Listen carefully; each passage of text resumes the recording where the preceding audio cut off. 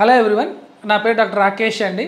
So ఇప్పుడు మనము next రాబోయే 3-4 మంత్స్లో రైనీ సీజన్ వస్తుంది కాబట్టి వైరల్ ఫీవర్స్ అనేవి బాగా వచ్చే అవకాశాలు ఉంటాయి. ఒకవేళ మీకు వైరల్ ఫీవర్ వస్తే ఎటువంటి సిమ్టమ్స్ ఉంటాయి? మనకి ఫీవర్ రావటము, చిల్స్ ఊరికే చలి జ్వరం లాగా రావటము, దగ్గు, సోర్ థ్రోట్, వీటితో పాటు సివియర్ బాడీ పెయిన్స్ అంటాం, జాయింట్ పెయిన్స్ అంటారనమాట అండి.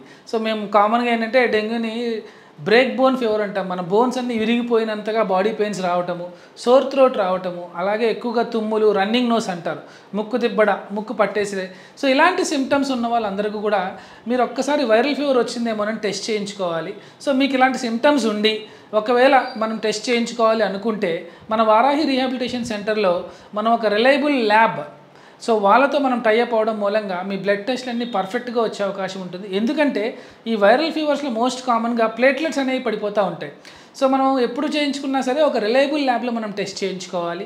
దాన్ని బట్టి మీ ప్లేట్లెట్ కౌంట్స్ బట్టి అది ఎంత సీరియస్. చాలామంది వైరల్ ఫీవర్లు ఏమైనా ప్లేట్లెట్స్ పడిపోతూ ఉంటాయండి, మీ WBC కౌంట్స్ పడిపోతూ ఉంటాయి, అంటే తెల్ల రక్త కణాలు పడిపోతూ ఉంటాయి. సో ఇలా డిఫరెంట్ రక్త కణాలు పడిపోతూ ఉండడం మూలంగా ఎప్పుడైనా సరే మనం చేయించుకున్న ల్యాబ్ టెస్ట్ ఖచ్చితంగా రిలయబుల్ లా కాదా అని కూడా చూసుకోవాలి. ఓన్లీ తక్కువకి అయిపోతుంది కదా అని ఎక్కడ పడితే అక్కడ చేయించకండి. కాస్ట్ ఒక్కటే ఇంపార్టెంట్ కాదు, కాస్ట్తో పాటు ఆ ల్యాబ్ యొక్క రిలయబిలిటీ కూడా చాలా ఇంపార్టెంట్. మీకు ఇలాంటి సిమ్టమ్స్ ఉన్నట్లయితే మన దగ్గర ఫీవర్ ప్రొఫైల్ 1, 2, 3 అని రకరకాలు పెట్టడం జరిగింది. సో ఈవినింగ్ మీరు ఈ వారాహి క్లినిక్స్కి వచ్చి చూపించుకొని ఆ టెస్టులు చేయించుకొని మీ ఆరోగ్యాన్ని కాపాడుకోగలరు.